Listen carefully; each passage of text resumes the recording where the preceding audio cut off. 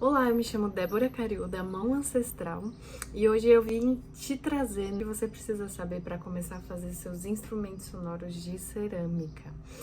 Mas antes de dar a nossa aula de hoje, eu quero te contar uma história porque eu acho que é muito importante, que é como a cerâmica ela entrou na minha vida, como eu conheci a cerâmica, como eu comecei a fazer, inclusive os instrumentos sonoros de cerâmica, né?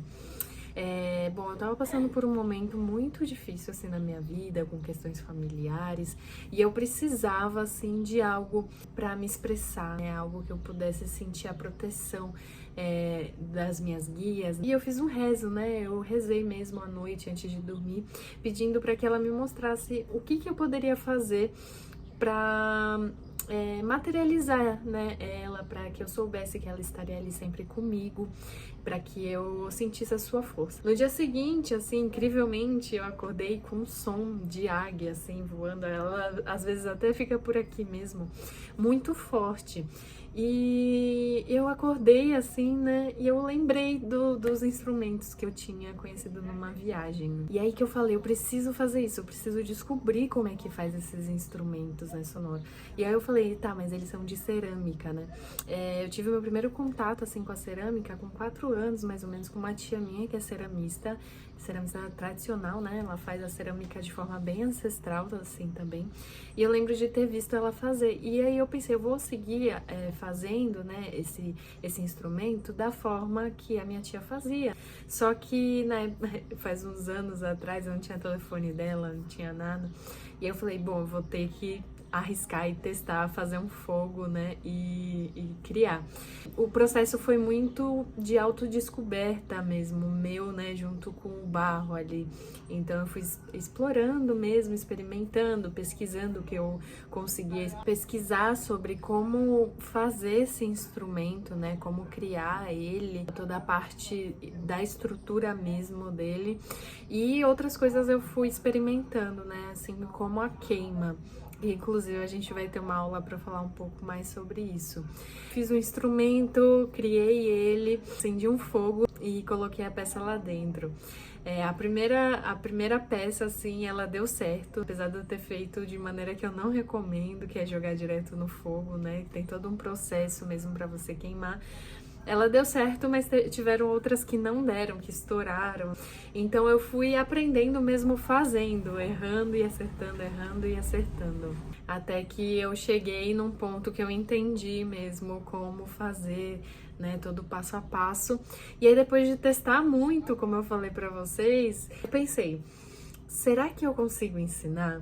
Né? Será que eu consigo compartilhar isso com outras pessoas? É tão legal você poder fazer essa arte de maneira simples, né? Até na sua casa mesmo, que a gente tem esse conceito, né, de que a cerâmica não é para todo mundo, que não é todo mundo que pode fazer, que tem que ter materiais caros, né? Tem que ter forno elétrico, tudo isso.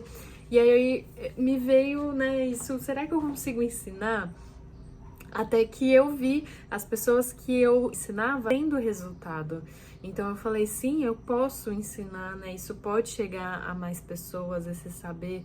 E mais pessoas podem se expressar através da cerâmica sonora, se conectar com essa arte, né? Que é uma arte milenar, assim, com muito respeito, com muito carinho, assim, por essa arte. E você poder utilizar ela, né, para se conectar com as suas raízes, né, com a sua ancestralidade. Então eu continuei ensinando, né, até hoje, para facilitar com que essas pessoas que querem construir seus instrumentos, fazer cerâmica, cheguem no seu resultado final, né, e consigam fazer realmente. Então, na aula de hoje, eu vou mostrar para vocês a jornada da cerâmica junto com a humanidade, porque tá muito conectado, tá muito interligado, né? Para que vocês saibam da onde vem a cerâmica e desmistifique muitas coisas. Mesmo quem já faz cerâmica, ou quem não faz, né, mas quer fazer, ter uma outra visão sobre a cerâmica, olhar para ela de uma outra maneira, mais conectada, vendo que a cerâmica ela é mais simples do que você imagina. Então vamos lá, vamos começar com o nosso primeiro conteúdo de hoje. Então é a cerâmica e a humanidade. E a gente vai falar sobre a evolução da cerâmica junto com o ser humano. Então vamos lá, cerâmica e a humanidade, uma viagem no tempo. Eu quis trazer para vocês para que vocês conheçam um pouco dessa trajetória do ser humano junto da cerâmica, né? Lá no início, lá na pré-história. Então aqui eu trouxe umas cerâmicas para vocês verem, que são chamadas cerâmicas neolíticas, que são uma das primeiras mesmo, né, que foram descobertas, né, encontradas. A gente não tem como falar exatamente quando surgiu a cerâmica, né? A cerâmica ela é um mistério, assim como o próprio ser humano mesmo. Então, aqui é baseado a partir das peças que foram encontradas e feito testes, né, para saber a datação. Aqui elas são datadas mais ou menos 10 mil anos antes de Cristo, junto ali com a agricultura, né, muito perto ali, com o desenvolvimento da agricultura, mas tem algumas peças que já têm até mais do que isso, né, 14 mil anos antes de Cristo. Então, aqui você vê que as peças, elas são peças mais simples, né, são recipientes, tem esse formato, né, de útero, de recipiente, mesmo de panela, e não tem tantos desenhos, né, vocês vão ver como a evolução vai passando a surgir mais acabamentos, mais desenhos. Então aqui é bem o início mesmo, né? Quando o ser humano estava ali descobrindo como fazer essa cerâmica, como transformar esse barro em um material resistente, né? É um mistério também como ele descobriu isso. E em cada cultura existe uma visão, uma maneira, né, de entender como a cerâmica surgiu. E aqui vocês veem que elas eram mais simples, vamos dizer, né? E elas revolucionaram a forma do ser humano de se alimentar, né? Ali junto com a agricultura também. Esses potes eram utilizados para guardar alimentos, também transportar água de um canto para o outro, né? Então é bem interessante você ver que isso foi um marco numa fase, né, nova para o ser humano de vida. Aqui já tem um outro passo que é as alças que começam a ser adicionadas nesses potes para facilitar também tanto o transporte e às vezes para pendurar, para cozinhar, né? Então tem vários modelos aqui, inclusive alguns com alguns outros acabamentos, né? Simples, mas que já dá uma decoração, né, para a peça. Aqui a gente vê as paredes, elas começam a ficar mais finas, né? Isso é um outro marco na evolução da cerâmica, que além dos pigmentos, né, que dá para ver dos desenhos, as paredes dessas peças eram bem finas. Lá em cima você pode ver que elas são mais grossas mesmo, né? E aqui elas começam a ficar mais finas. Então, passou a ser adicionado esses desenhos também com pigmentos naturais, onde o ser humano ele começa a expressar a sua realidade na cerâmica. Então, esses desenhos eram uma coisa que ele já fazia, né? E ele passou a passar isso para a cerâmica também, os animais, né? Que eram ali presentes no seu dia a dia. As características dessa cerâmica pré-histórica, né? A cerâmica pré-histórica reflete a habilidade humana em transformar materiais naturais, integrando a funcionalidade e o ritualístico, com um legado que conecta as primeiras sociedades humanas ao presente, né? Aos dias de hoje.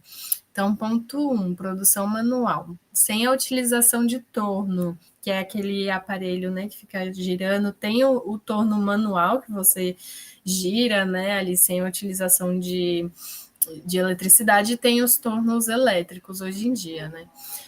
As peças eram moldadas à mão, né? Tem várias técnicas que você consegue levantar um pote, um vaso, e por técnicas de rolo também, né? Tem uma técnica que se chama cobra, né? Cobrinha, né? Que você vai colocando e vai levantando o pote. Mesmo assim, eram todas técnicas manuais, né? 2. Decoração. Padrões geométricos, impressões de corda, incisões e pinturas com pigmentos naturais, como a gente viu ali em cima, né? 3. Usos práticos e simbólicos, desde utensílios domésticos até urnas funerárias. Então, a gente entende, né, que essas peças eram usadas tanto para o dia a dia ali, para, como eu falei, pegar água, fazer um alimento, cozinhar, guardar os alimentos, quanto também de forma ritualística no enterro, né, dos seus entes queridos, né, dessas pessoas. Fora que também poderiam ser usadas para oferendas, né, para cultos, com a espiritualidade. Aqui a gente chega na parte onde é um outro passo importante também, né, da evolução da cerâmica ao ser humano, que inclusive a gente consegue entender muito da história do passado, né, dessas culturas, através dessas cerâmicas que são encontradas, né? Então aqui a gente vê a identidade cultural aparecendo, né? Dos povos ali começando a surgir mesmo com esses desenhos, esses grafismos. Então, continua o processo de evolução, tanto humana quanto da cerâmica, chegamos na parte onde os grafismos começam a aparecer, identificando as culturas diversas dos povos, comunidades que criaram aquela peça. Então, os arqueólogos, eles conseguem identificar, olhando os desenhos, né, a forma, o material dessas peças, estudando, de qual povo era. Então, por mais que uma peça às vezes poderia estar num lugar que não era típico daquele povo, né? E aí você consegue entender, né, questões de nomadismo, de migrações, né?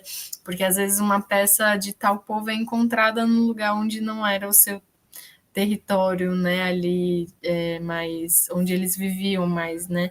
Identidade cultural, grafismos e esculturas. O próximo passo da evolução vem da expressão através de esculturas.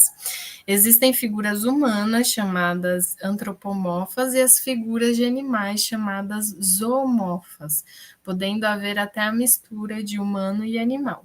Essas cerâmicas contam histórias tanto do dia a dia quanto de crenças e cosmovisões. Então, aqui a gente vê 2 potes, né, da cerâmica marajoara do Pará, que são peças que têm características muito específicas, né? Como eu falei, os arqueólogos eles conseguem identificar muito fácil, né, por conta dos traços, do tipo, inclusive as representações, se é de homem, se é mulher, né, às vezes a gente olhando, a gente não consegue identificar, mas existem características que os arqueólogos conseguem, né, então o ser humano ele passa já a se expressar, né, expressar a sua figura ali, nas peças de cerâmica. Aí você vê uma evolução, né, do trabalho com a cerâmica, e que imagina que leva milhares de anos, né? Aqui tem alguns exemplos das cerâmicas zoomorfas, que são cerâmicas de animais, né? Então, aqui onça, pássaro, né? Macaco. E muitas vezes esses animais têm significados e simbologias específicas para cada povo, né? Muitas vezes são significados espirituais, de conexão espiritual, que trazem uma mensagem. Então, aqui a gente consegue ver um pouco essa representação, né? E também do ambiente que eles viviam. Aqui é as cerâmicas antropomorfas, que tem essas figuras humanas mesmo. Então, aqui a gente vê uma cerâmica de Santarém, no Pará, aqui da Colômbia, né? E aqui uma ocarina também com uma figura humana da Colômbia. E aí você vê as características, né? Cada um tem a sua característica específica de brinco, trajes, né, típicos e da sua cultura mesmo. Criação de esmaltes e brilhos naturais. Aqui é um outro ponto também importante na evolução da cerâmica e da humanidade, que são a criação dos esmaltes, né? A gente conhece os esmaltes hoje em dia, e para mim, quando eu descobri também, foi muito legal e interessante, que é, é um saber muito ancestral, né? E os pioneiros desse saber, nesse fazer dos esmaltes cerâmicos, são o povo do Egito, né? Do Egito antigo, 3.000 anos mais ou menos antes de Cristo, e na Mesopotâmia. Então, o esmalte cerâmico ele foi desenvolvido para hipermeabilizar os objetos de argila e decorar eles, né? Criando uma superfície brilhante, lisa, colorida, e também de permeabilizar mesmo, né? Que é muito legal. Então, muitas peças resistem mais quando tem algo que permeabiliza. Essa técnica, né, do Antigo Egito é chamado de faiança, né, que é bem com esse tom, né, essa coloração também, e o jeito que eles faziam esse esmalte. Aqui tem uma escultura, Faraó Sete I, encontrada na tumba do faraó, né? E aí datando 1294 a 1279 a.C. Aqui também tem uma outra escultura, né, do reino de Amenófis, 1390 a 1352 a.C. Aqui já tem várias cores, né? Já tem azul, amarelo, vermelho, todos pigmentos naturais com símbolos, né? Aqui também tem a sua característica, né? E você vê o brilho, né, dessa cerâmica, e todas essas peças eram queimadas de forma direto no fogo, né? Não tinha forno elétrico na época, né? Só para fazer esse adendo, né? Que o ser humano ele vem criando cerâmica há milhares de anos mesmo. Então, um dos componentes para a criação desses esmaltes era a cinza vegetal e animal. Tem vários componentes, né, para você criar esmaltes, mas aí eu quis trazer essa curiosidade aqui para vocês, que era utilizada a cinza vegetal e animal, trazendo não só estética, mas toda a energia desses componentes. Então, quando imagina, né, você escolher de uma planta específica a cinza de um animal, de um osso, né, mesmo né, um animal ali que vivia perto de você.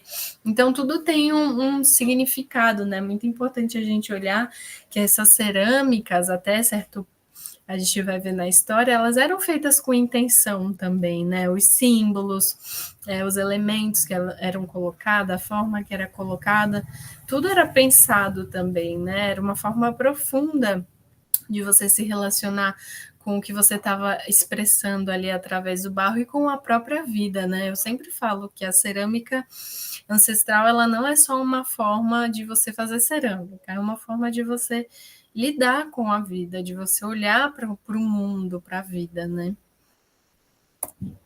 E aqui na China, né, é a dinastia Shang, eu acho que é assim que se fala, por volta dos anos 1000 antes de Cristo, também passaram a desenvolver esmaltes, né? E eles também são grandes feitores de cerâmica, fazem cerâmicas incrivelmente, né? E, inclusive foram um dos primeiros a fazer e criar os esmaltes cerâmicos.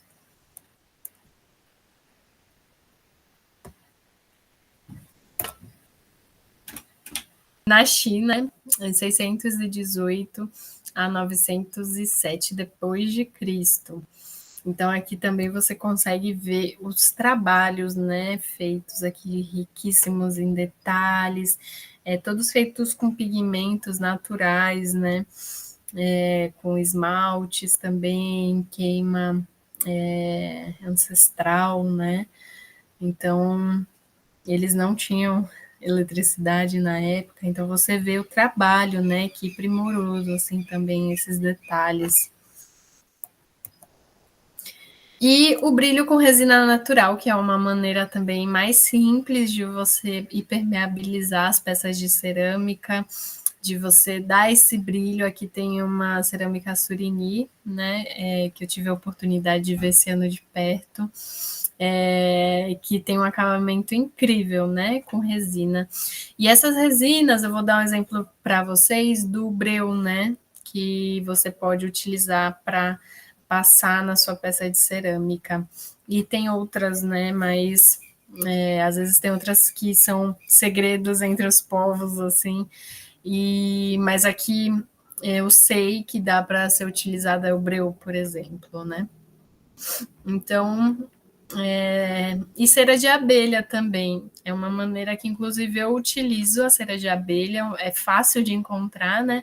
Você pode utilizar tanto derretendo ela, fazendo uma pasta com azeite, ou você pegar a peça, né, ainda quente do forno e passar a cera. Ela dá um brilho e permeabiliza a sua peça. Então, se você vai fazer panela, potes, canecas, você consegue utilizar a cera de abelha também, é uma opção bem legal. Aqui a gente se aproxima mais, né, de nós, que é quando a cerâmica ela passa a chegar no momento contemporâneo, né? Só que tem essa questão que a cerâmica ela passa a deixar de lado, né? O ser humano passa a deixar de lado os materiais naturais e passa a utilizar mais materiais sintéticos, né? Como os pigmentos, os esmaltes, a queima em fornos elétricos. Então, dá uma distanciada assim dos materiais naturais, né? Da essência ali da cerâmica, né? Então você vê lá a história, lá no início do surgimento da cerâmica para agora, né?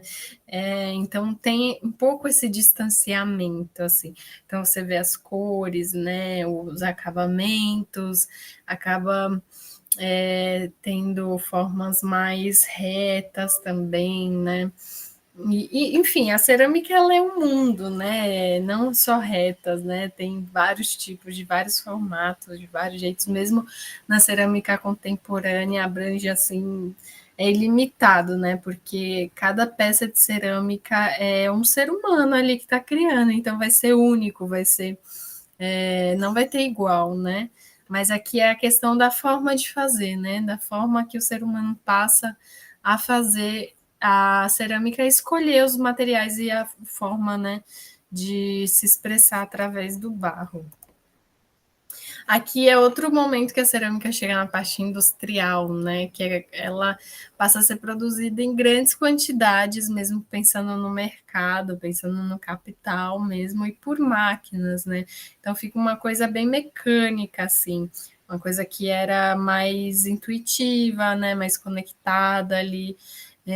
Cada ser humano pegando barro e fazendo com a sua própria mão, né? Sem ser perfeito, né? Inclusive, perfeito assim, no sentido de uma igual à outra, né? Você vê que essas cerâmicas industriais, uma é a cópia da outra.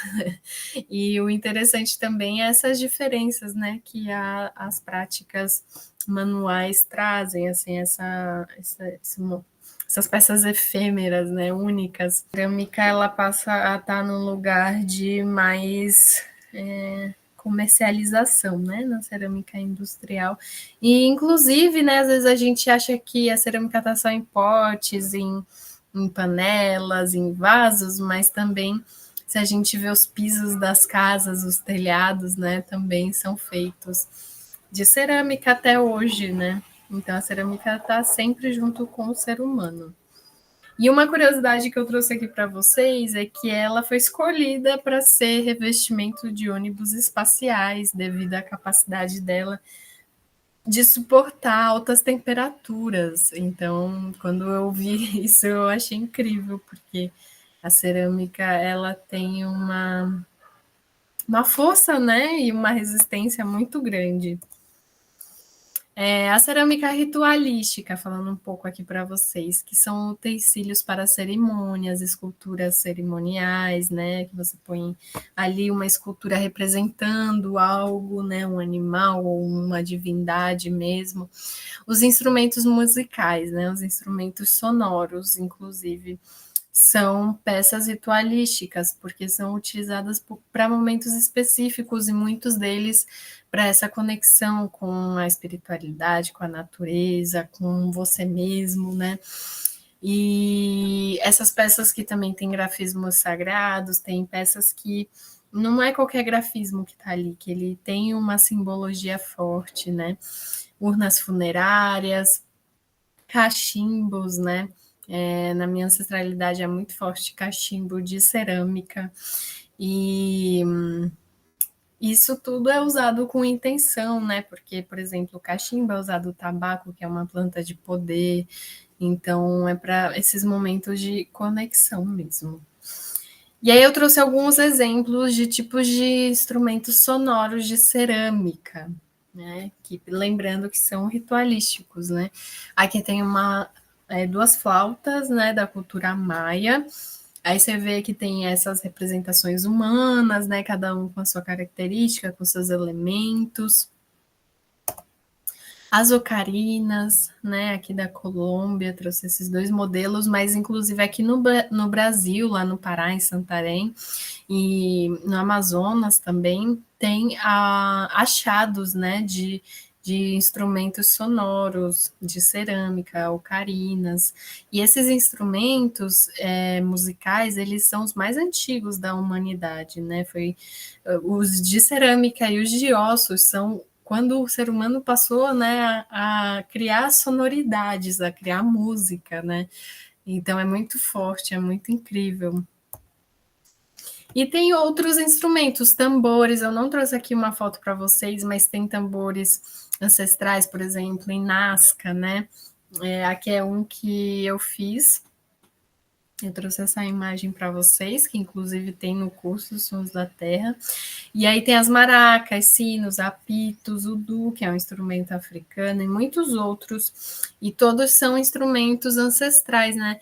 E assim, você pode criar uma variedade, né, de sonoridades com barro, porque o próprio barro, ele já tem uma sonoridade, né?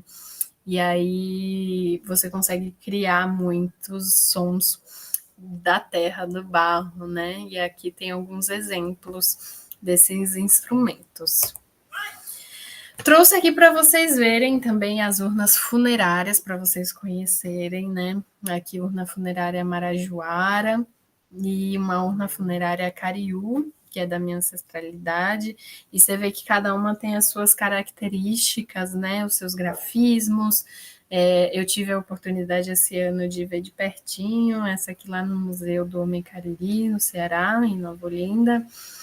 E cada uma tem a sua maneira, né, de fazer esse ritual funerário, como colocar a pessoa, o seu ente querido ali dentro. E são peças muito sagradas, né, que provavelmente tinha a sua forma, a sua maneira, né, de ser ritualizada, né, esse uso, inclusive fazer, né, como fazer essas peças. E foi isso, né? Passando um pouco por essa jornada da cerâmica e a humanidade para você compreender como foi, como é, né, esse início da cerâmica. Você vê que é uma cerâmica mais simples e vai evoluindo e aperfeiçoando, né? Existem, assim, no mundo todo, né, gente, é feito cerâmica, né? Não é só aqui na América, nas Américas, no mundo todo tem cerâmica. Eu trouxe aqui algumas, né, para vocês verem e entenderem essa jornada. E eu acho que é uma inspiração também você poder ver como o início ele é mais simples, né? Não esperar sempre que vai começar a fazer grandes peças e acertar e fazer rostos e acabamentos incríveis, sendo que o início ele é mais simples mesmo, é para você começar a entender como transformar o barro em um material, né, mais resistente e depois ir aperfeiçoando, né, os instrumentos, fazendo os instrumentos sonoros também e fazendo panelas, potes. E é interessante, né? Entender aonde está cada coisa, em cada parte da evolução humana e a cerâmica. E como elas caminham juntos até hoje, né? Como eu tinha mencionado para vocês, onde você olha tem cerâmica. Então, recapitulando, né? A gente passou aqui pela cerâmica e a humanidade, uma viagem no tempo. A gente falou da cerâmica pré-histórica, que é uma cerâmica mais simples, mas que importantíssima porque deu início a tudo, né? As alças que foram adicionadas, deixa eu aumentar aqui para vocês. As alças que foram adicionadas, os pigmentos e as paredes ficando mais finas, as características, né, da cerâmica pré-histórica, a produção manual, a decoração, usos práticos e simbólicos, a identidade cultural que passou a surgir, né, nessas cerâmicas, junto com os grafismos e as esculturas zoomorfas e antropomorfas, né, aqui uns exemplos dos animais e dos seres humanos expressados nessas peças. A criação dos esmaltes e brilhos naturais, começando aqui pelo Egito, há 3.000 anos antes de Cristo, né, com a sua técnica faiança, que eram utilizados cinzas também, né, na composição de animais e vegetais para fazer esses esmaltes. A China também, né, que passou a desenvolver esses esmaltes há 1.000 anos antes de Cristo, mais ou menos. Aqui tem algumas peças que a gente consegue ver o trabalho deles, né, na época. Aqui já é um pouco depois, né, 1.600 depois de Cristo. O brilho com resina natural, que aqui tem um exemplo da cerâmica sureni, que a gente pode tanto usar a resina natural quanto ceras de abelha para impermeabilizar e dar brilho nessas peças. A cerâmica contemporânea, né, que aí já passa a ter essa substituição dos materiais naturais, né, das resinas, das cinzas, né, dessa conexão mesmo por materiais mais sintéticos, como pigmentos sintéticos, esmaltes, e queima em fornos elétricos também, né. A cerâmica industrial, que é quando a cerâmica passa a ser produzida por grande quantidade, né, e muito por máquina. Aqui uma curiosidade, né, que ela foi escolhida para revestir ônibus espaciais e suportar altas temperaturas. A cerâmica ritualística, que era utilizada em utensílios, esculturas, instrumentos musicais, que trazem a conexão com a natureza, com peças, grafismos, urnas funerárias, cachimbo. E aqui uns tipos de instrumentos sonoros, né, que existem e que são ancestrais, que são instrumentos antigos, né, e das primeiras sonoridades assim externas do ser humano, né, utilizando materiais que são as flautas, ocarinas, né, tanto de cerâmica quanto de ossos também. Aí tambores, maracas, sinos, apitos, né, odu, que é aquele instrumento de cerâmica africano e outros, né, que são ancestrais. Aqui as urnas funerárias também, trouxe algumas para vocês verem, né? Então tudo isso a gente viu na aula de hoje. E amanhã quero convidar você para estar aqui, porque vai ser liberada a aula sobre queima. Eu vou trazer algumas queimas para você conhecer, se você não conhece, para você ver que há outras maneiras de queimar peças e transformar o barro em cerâmica, né?